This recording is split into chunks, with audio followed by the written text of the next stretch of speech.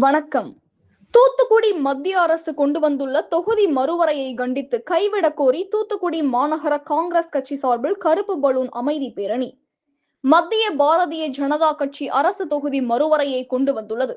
இதற்கு தமிழகம் உள்ளிட்ட தென் மாநிலங்கள் மற்றும் காங்கிரஸ் உள்ளிட்ட எதிர்க்கட்சிகள் கடும் எதிர்ப்பை தெரிவித்து வருகின்றனர். மக்கள் தொகை கணக்கெடுப்பு மற்றும் ஜாதிவாரி கணக்கெடுப்பு நடந்த பின்பு தொகுதி மறுவரையை கொண்டு வர வேண்டும்.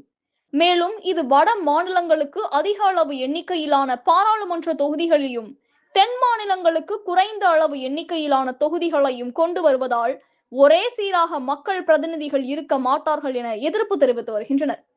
இதைத் தொடர்ந்து தூத்துக்குடி மாநகர காங்கிரஸ் கட்சி சார்பில் மாநகர காங்கிரஸ் கட்சி மாவட்ட தலைவர் சகாயராஜ் தலைமையில் இன்று தூத்துக்குடி பழைய நகராட்சி பகுதியில் இருந்து மத்திய அரசு கொண்டு வந்துள்ள தொகுதி மறுவரைக்கு எதிராகவும் தொகுதி மறுவரையை கைவிட வேண்டும் என வலியுறுத்தி கருப்பு பலூனை கைகளில் ஏந்தி 100க்கும் மேற்பட்ட காங்கிரஸ் தொண்டர்கள் அமைதி பேரணியில் ஈடுபட்டனர்.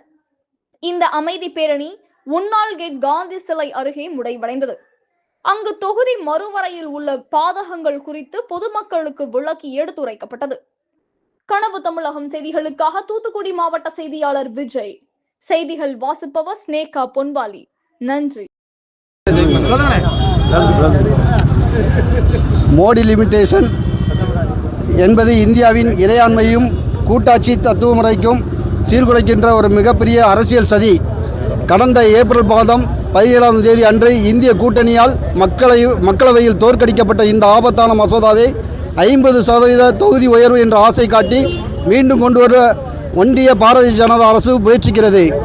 ஏன் இந்த மசோதாவை நாங்கள் முற்றிலுமாக நிராகரிக்க வேண்டும் என்று கோரிக்கை வைக்கிறோம் என்றால், மக்கள் தொகையை கட்டுப்படுத்தி நாட்டின் வளர்ச்சிக்கு வித்திட்ட தமிழ்நாட்டிற்கு தண்டனையும் கட்டுப்படுத்த தவறிய வட மாநிலங்களுக்கு பரிசளிப்பதும் என்பது அபாண்டமான அநீதி. 50% உயர்வு மூலம் உத்தரப்பிரதேசம் 80லிருந்து 120ஆகவும் தமிழ்நாடு 39லிருந்து 59ஆகவும் உயரும் நாடாளுமன்றத்தில்.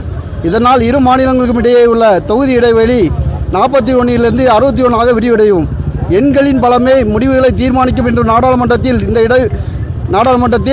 இடைவெளி அதிகரிப்பு தென்னக மாநிலங்களின் அரசியல் அதிகாரத்தை நிரந்தரமாக பறித்துவிடும்.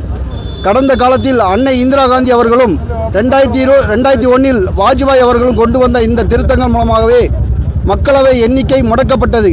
அந்த பாதுகாப்பை தகர்க்கவே பாரதிய ஜனதா அரசு துடிக்கிறது. ஜாதிவாரி கணக்கெடுப்பை முடிக்கும் முன்பே இதை செய்தால் பட்டியலின, பழங்குடியின மற்றும் பெண்களுக்கான இடஒதுக்கீடு தொகுதிகளை சரியாக தீர்மானிக்க முடியாது.